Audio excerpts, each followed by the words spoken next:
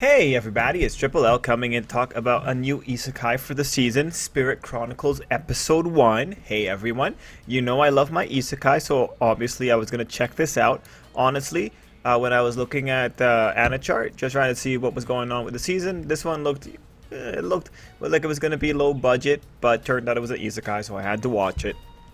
Anyway, overall, how do I feel about the episode? I got my thoughts. So before anything else, let's get in and let me give you a quick recap of what we got in the episode. So the episode began with a childhood promise, which when you look at the rest of the episode, it really is just, it looks like it's setting up some kind of overarching plot with that childhood friend. So that's why it's important to have it there. There's something else that happens with that childhood promise, but we'll get to it.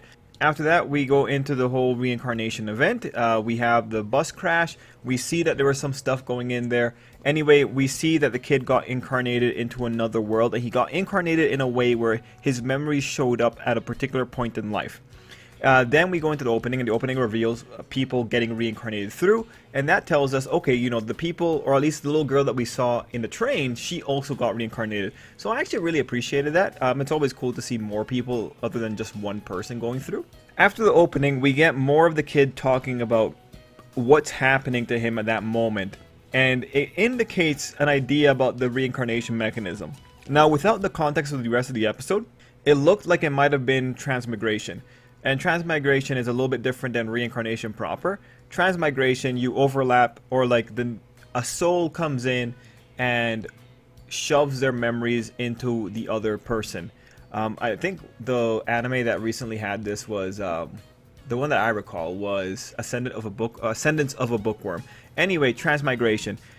The ultimate question here to really ask is, was there a soul before the kid arrived in that body, or was it his soul the entire time, and then did he just forget? Did he get all his memories just now?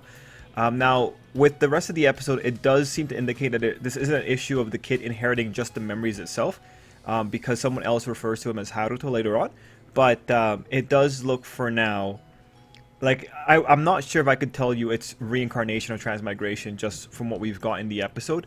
To me right now, it could go either way. Is that important? Well, in the reincarnation side, there's not really that much drama if it was just straight reincarnation with a memory delay. But if it's transmigration, then you have to kind of address the issue of, well, what happens to the soul that was there before? Or did the two souls come together? So that's like one of the interesting things. Given the way that other people are involved here, and given the way that the magic was introduced here, we could potentially get something cool if they were to go to like the transmigration route. Anyway, as Rio is making sense of his memories, we get a flashback of Haruto hesitating in a decisive moment, and this is probably informing us of a character flaw. This is probably going to be an issue with him later on. It's pretty heavy-handed when you have that kind of dialogue, hesitating at a critical moment. That is like one of the easiest character flaws that you see for characters. So when you see it, it should automatically raise flags. We then see a sequence where Haruto saw his childhood friend walking with another guy, and this was very quick, a blink and you miss it kind of scene. Hopefully it's not going to be dramatic. Hopefully it's not going to, like, well, it's going to be dramatic. Hopefully it's not going to take too many minutes away from an episode. We then learn that the kid is in a bad spot, and we see that the guys kidnapped the princess. We learn that Haruto, as Rio, is here to avenge his mother. So this was interesting just because it gave us another thing to do. Not only do we have the Isekai plot, we have an internal world plot, so that was worthwhile. We come to meet the royalty party, and thank God that Celia was there. These were the worst people. I hated them. I absolutely hate this royal party. There are so many. This is going to be the majority of my criticisms after the recap. Interestingly, here we learn that even Celia doesn't understand the common people's struggles when she asks about what slum dwellers wear. We then find out Haruto has magic, and I think the implication here is that Celia and Haruto are the only ones who can actually see the magic. We then move into Haruto running back home, and then we get the assassination attempt. So in this spot, it makes sense. Some slum dwellers were paid to kidnap the princess, and then the masterminds off them. Pretty standard. This is what you would expect for regular plebs in a slum. I did like how the pouch of pure silver, though, saved Haruto. I thought that was really creative, and it made Celia seem even cooler than she already was, which wasn't that hard because Celia was one of the positive forces in the episode. Anyway, things suck. We then have the ultimate save in the form of someone who is most likely the childhood friend giving Haruto the trick to using magic. Very convenient, but when you look at the episode, you can see that everything started going down today when you look at the fact that the memories got triggered on this day. So that's probably tying into the convenience. We then go into the Royal Brigade, led by the worst child, and how quickly all that escalates with the guard lady, and that pretty much ending up in her saying that he's being ordered to go to the castle. I ultimately really dislike these people. The anime was doing really well with establishing what they were about, and even with the more reasonable ones, it's still like, I really don't like you. We then have a villain scene where we see how effective the villains were. This was good for setting up, well, okay, like this is actually pretty respectable. Then we go into the torture scene, and as we find out, the Royal Guard are doing this because someone screwed up the first time and let the girl get kidnapped. Anyway, thank God, Flora finally wakes up, and thankfully she's the nicest person here. We go through into let's get Rio out of there, and then we get Buddy Guy saying why he's being such a dick, and he ultimately tells people that he's doing a lawful interview. Here we have the critical line of Vanessa saying that she requested courteous proceedings. This was important because it just had to establish that this girl wasn't trying to be a dick as much as the other guy was. But I don't like this girl. I don't like any of her posse aside from Celia, so I'm going to go the extra mile to make sure I can still berate her. Right after that, we had the scene that bothered me. Vanessa let the guy get away, so this just looked really bad in general. This guy went, beat this kid near death, and you're just going to let him walk away just like that? Nah, man. And, you know, they're going to excuse it with there being information about there's an order to things, it's politics and all that kind of junk. Yeah, you know, I can respect that, but we'll have more to talk about there. Then at the end, we have the kid getting super healed by Celia, and Celia says she learned magic, and she mentions, and she apologizes, which I think was the right thing to do. And from my perspective, I don't like these people, so I'm going really hardcore on this one. I'm gonna say, yeah, you brought him into the castle, you handed him off to another group altogether, and you didn't bother checking on him. No, you guys suck, 100%. And then after that, we go into him getting the what we call it, the manners. He got taught like the procedure to talking to the king, which I thought was appropriate. And we end off the episode with him appearing in front of the king all cleaned up, which looked pretty good. And then the music started pumping up, and I will talk about that in a quick second here. So overall, for Spirit Chronicles, you know what? I thought it was going to be a lot more low budget. I thought it was going to be a lot worse. Like I was expecting something at the level of Full Dive from last season. But you know what? That was a little bit more respectable than I thought it was going to be. And I'm not sure if you noticed from my recap, but I was not very happy with a certain party in the group. And to that note, I really like that I was able to get angry. I do like when anime is able to get a reaction out of me. Mind you, when it's because it's just bad, it's a little bit different, because that's the worst kind of reaction. But here, you know, there's enough things thrown in there to kind of make me want to... You know, it's not, I can't just flat out dislike it because like there's still some good foundations here. Of course, I will overanalyze this one part. Overall, let's like really understand what was going on with that royal group when it comes into like why I was just so angry here. So there's some very clear things. This group is not positive, not necessarily positive. They might be like well-intentioned, but they're the worst. The quick thing to notice is just the irresponsibility and the lack of awareness of the country that they live in. They don't know what it's like living in the slums. So when you have royals who don't know what that's like, and one of them is in charge of overseeing or taking care of the children here, when you have that kind of situation, it's one thing if you have a sheltered princess, but if you, I think they called her a sister as well. I don't know if that's actually their sister, but regardless, she's closer to being an adult. And she's in charge of an outfit. These people don't know about their slums. Yeah, no, they're wholly unaware of their country. That's already painting them as pretty irresponsible. Then you have, of course, the child Oompa Loompa there, talking about the kid smelling bad. So, a callous heart, don't particularly care. And of course, just the general irresponsibility with which they handled Rio and how they handed him off without having anyone from their party. She has subordinates. She says it in the episode. She has no one from their party taking care of him. Like, I can, you know, you can always, in bureaucracy, you can always, you know, give enough leeway for this kind of shenanigan to occur where another group takes charge, but ultimately very irresponsible. Now, going into the future, what do I ultimately feel about this? Well, I only really like Celia and Flora because they have done nothing wrong and they haven't had any acts of like extreme negligence. I'm not going to blame Celia. She was doing a lot for the kid from the very get-go. Heck, if Celia wasn't there, I don't think they would have given him any money. But I think, what would be an interesting problem would be if these people continue having negative personality traits and they don't get called out on it in the future. Like right now, looking at this, I'm kind of thinking that like maybe there's going to be some drama in the future and it's going to be revolving around the girl's inadequacy or their incompetence in many different ways. And that's going to lead to drama, and then the kid's going to save them, and then that's going to lead to the kid never pointing out that they're the cause of drama. And that really actually upsets me because to some degree, this one, the transgressions here weren't as bad, but if there's more transgressions in the future, I would like to see them called out a little bit better.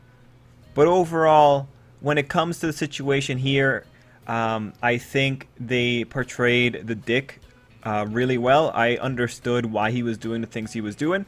Again, I think when it comes to Vanessa, the worst thing she did is just let him walk away, but there's probably politics involved, but still, dick move. I mean, just looking at the guy as he walks away after beating a kid from the slums. Yeah, come on. Like, that doesn't really look good on you, no matter what you do about that. But overall, it wasn't stupid. It was the signs of, it wasn't stupid on a writing level. It was just the signs of terrible people. The thing that will make it stupid is whether or not there's bad follow through as we go later on into the series. Moving on into the next thing, reincarnation mechanism. I think I talked about this a little bit earlier, but so far I'm interested. I do want to see if they want to do anything else with that. I do want to see if they are going to talk about the implications of memories coming in at a particular point in life, or if they're going to clarify like, no, man, they've been there the whole time, just the memories there. And I do enjoy that we know that other people have been involved in this situation. We know that they've been summoned in. We've seen them in the openings. We know the little girl that was on the bus was also there. So I'm excited to see how they get brought into the story. And of course, I want to understand the story with a childhood friend. Moving on, when it's Rio himself, well, the episode is really heavy-handed with what they're establishing is important to him and what his character flaws are. And here we don't really get a good sense of him other than he's competent enough to know to ask for manners and how to present himself in front of the king. I do hope this kid calls them out and like really tries to get a lot out of the king, but at the same time he's already winning so much. There is something that's concerning me though, and it's from the opening. From what I am seeing in this opening, it looks like there's some edge coming in here, and I'm sorry, I don't like calling it edge, but it's just because the guy's wearing black. He's changing his hair color. It's a little bit concerning. I'm wondering what's going to happen here. I feel that the current art style does not lend itself well to edge, because the character's eyes are too big, and the bigger a character's eye, the more cutesy and the more innocent looking the show becomes. And so if this is going to be a bit of an edgy show, I'm concerned just with the jarring juxtaposition of the visuals versus the content matter. And I'm just also concerned about what kind of lines the kid's going to have. It's going to be interesting to see where the edge goes. The opening does make me very interested about what we could potentially get here as well. I still want to berate this kid on the edge. Oh yeah, like at the end of the scene, or at the end of the episode, you have him coming into the room and the music starts playing up, and that's like, oof, I don't know, man. Like, I don't want it to look like this kid's cool. I'm not sure if he is yet, but we'll have to see there. I've never been this apprehensive about possible edge, but after Isekai Cheat Magician, I'm a bit more apprehensive with these kind of things. And to be fair to him, the reason I'm looking at it a little bit more carefully is because he's wearing all black like Kirito. If he wasn't wearing all black, it'd be a different matter. But ultimately, for Spirit Chronicles, what do we call this? It's an Isekai. It's a transport to another world Isekai. The problem is it mid-tier? Is it low-tier? Is it high-tier? It might be safer to say it's a mid-tier anime. Or were there any strict problem? Oh, the villains, right? I like how the villains are portrayed so far. They seem competent, and that gets me excited about the future. So that'll be cool to see if the villains live up to the hype. But coming back to the conversation about what to categorize this as, yeah, I think I'll stick with mid-tier, but in terms of what it did badly, you could argue that at the beginning it's a little bit fast-paced, but that's not really a big problem. When it comes to Vanessa and them, right now they're still in the realms of these are character flaws, not bad writing. When you go into the Royal Guard, that's 100% character flaws, and they're designed to be that way. And really, the big concern I have for myself going into the future is whether or not characters are going to be properly chastised when they do stupid things. But we can't tell from this one episode. What else do we have here? The only other thing here is that there's an illusion of convenience just because of the way that the magic gets taught and how quickly the kid just knows what to do. But then you also have, well, he's got memories of being a martial artist from his past life. So, what can we ultimately say here? Well, let's call it a mid-tier anime. Let's call it mid-tier isekai. I should also point out, I'm looking through the episode again, and I do recall that there is also a subplot about the kid and his heritage, that they come from another land, Yamato or something like that, Yamato or something like that. And he's an immigrant, so that's just also explaining why he's a slum dweller. And we also saw the really wicked look of how that guy killed his mom. But yes, yeah, you know what? I'd say it's mid-tier. I'd say it's a mid-tier anime, and right now it's too early to actually see any problems aside from the pacing issues at the very beginning. Everything else is just, there's too little material to really criticize it on. This is the story of how the kid got in front of the king. Now, is there anything else? Is there anything of value when you see the kid getting beat up? Well, my favorite moment was when he told the girl not to touch him. That was 100% my favorite moment in that little sequence. Yeah, you know what? I'm gonna withhold my judgment. The next episode might be a giant smackdown, verbally, where the kid points out, like, you guys tortured me and all that kind of stuff. I would like to see that. Everyone, that's it for me. Let me know what you thought down below. Let me know what you're feeling for this series. Is it generic? It might be. It might be generic. But it's like, again, it's the first episode. Like, I just don't have enough to really criticize it on here. This might be an issue of waiting for the 3 episodes before being able to say anything solid. Heavy-handed. I can definitely say it's heavy-handed. Especially with the way the flaw was brought up, it was probably heavy-handed. Yeah, guys, let me know what you thought down below, and until next time, I hope you have an absolutely great day. It's actually really good that it doesn't have that many of, like, just flat-out offensive things, honestly. Anyway, yeah, till next time.